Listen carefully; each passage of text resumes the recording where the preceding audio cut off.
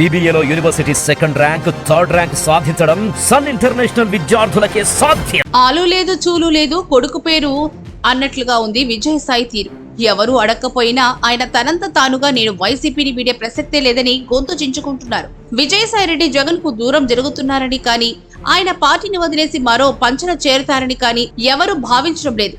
ప్రస్తుతం వైసీపీని వీడిపోతున్న నేతల సంఖ్య రోజు రోజుకు పెరిగిపోతోంది. ముఖ్యంగా ఆ పార్టీ రాజ్యసభ సభ్యులు ఒకరిద్దరు తప్ప ఇంకెవరు వైసీపీలో మిగిలే పరిస్థితి లేదన్న ప్రచారం జోరుగా సాగుతోంది. ఇప్పటికే జగన్ కు అత్యంత సన్నిహితుడైన మోపిదేవి వెంకటరమణ పార్టీ ప్రాథమిక సభ్యత్వానికి, రాజ్యసభ సభ్యత్వానికి కూడా రాజీనామా చేసేశారు. తాను తెలుగుదేశం గూటికి చేరనున్నట్లుగా విస్పష్టంగా చెప్పేశారు. ఆ సందర్భంగా మోపిదేవి వెంకటరమణ వైసీపీ పైన, ఆ పార్టీ అధినేత పైన సంచలన వ్యాఖ్యలు కూడా చేశారు. అది వేరే సంగతి. అదేవిధంగా మోపిదేవితో పాటు మరో రాజ్యసభ సభ్యుడు బీదా మస్తాన్ రావు కూడా పార్టీ సభ్యత్వానికి, రాజ్యసభ సభ్యత్వానికి రాజీనామా చేసేశారు. ఇదే దారిలో వైసీపీ రాజ్యసభ సభ్యుల అడుగులు పడుతున్నాయని పరిశీలకులు విశ్లేషిస్తున్నారు.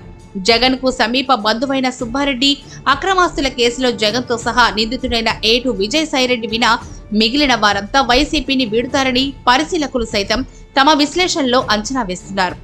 అంటే వైసీపీని వీడిపోతారని ప్రచారం జరుగుతున్న రాజ్యసభ సభ్యుల పేర్లలో విజయసాయిరెడ్డి ఊసేలేదు. అయితే విజయసాయి మాత్రం ఊరుకు ముందే తాను పార్టీ మారే ప్రసక్తే లేదు అంటూ ట్వీట్ చేసేశారు. వాస్తవానికి విజయసాయిరెడ్డి పార్టీ మారతారని ఎవరు లేస మాత్రంగా కూడా భావించరు. ఎందుకంటే విజయసాయి రాజకీయం జగన్ తోనే మొదలైంది కాబట్టి జగన్ తోనే కొనసాగుతుంది.